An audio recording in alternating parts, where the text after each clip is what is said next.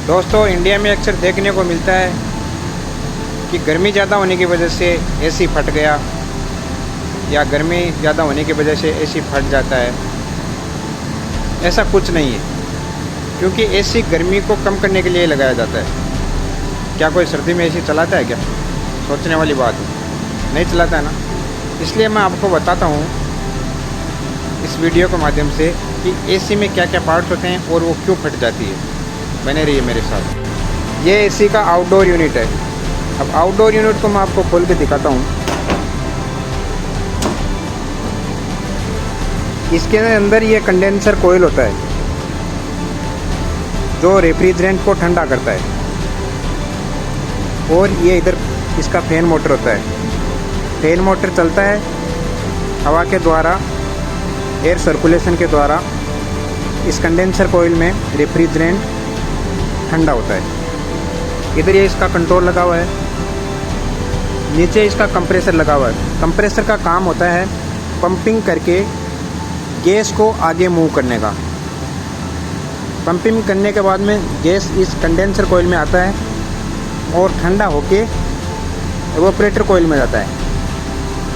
और एवापोरेटर कोयल में ये देखो इंडोर यूनिट पड़ा है। इसके अंदर एवापोरेटर कोयल है और एक फैन मोटर है, और इसमें पीसीबी कंट्रोल है जो रिमोट के द्वारा कंट्रोल किया जाता है। हम लोग बात करते हैं इसमें फटने वाली क्या चीज़ है। वैसे देखा जाए तो इसमें कोई भी चीज़ फटने वाली नहीं है, लेकिन फिर भी फट जाती है। क्यों? क्योंकि आदमी लोग एसी को बराबर तरीके से मेंटेन नहीं करते हैं।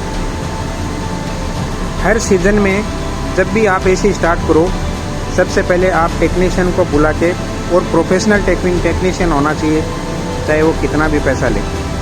कंडेंसर कोयल को अच्छी तरह से आप क्लीन करवाओ। इसके अंदर बिल्कुल भी डस्ट नहीं होनी चाहिए, ये बिल्कुल भी ब्लॉक नहीं होनी चाहिए। उसके बाद में इसका एवापोरेटर कोयल होता है। एवापोरेटर कोयल को भी आप वाटर प्रेशर मशीन के द्वारा उसको क्लीन करवाओ। दोनों कंडेंसर कोयल और एवापोरेटर कोयल आपकी क्लीन है। फैन आपका चल रहा है, एसी का सिस्टम अच्छा से चल रहा है।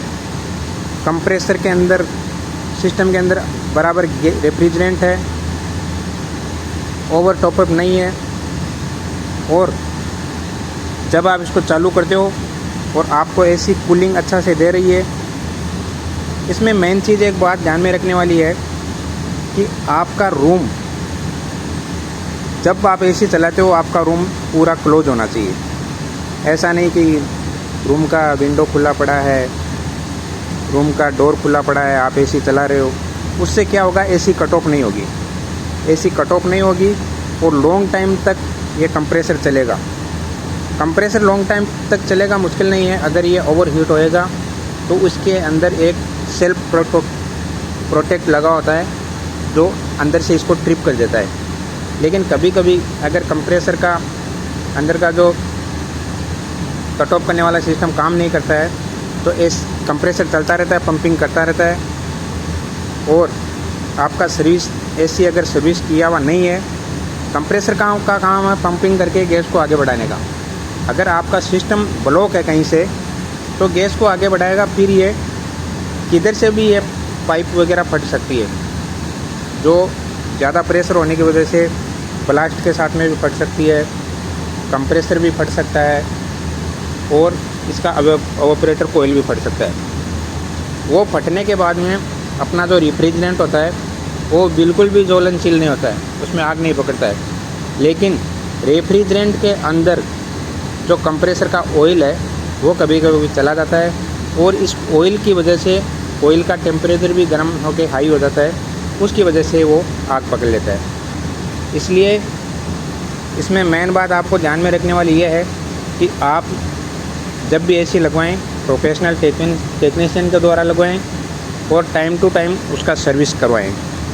Thanks for watching my video.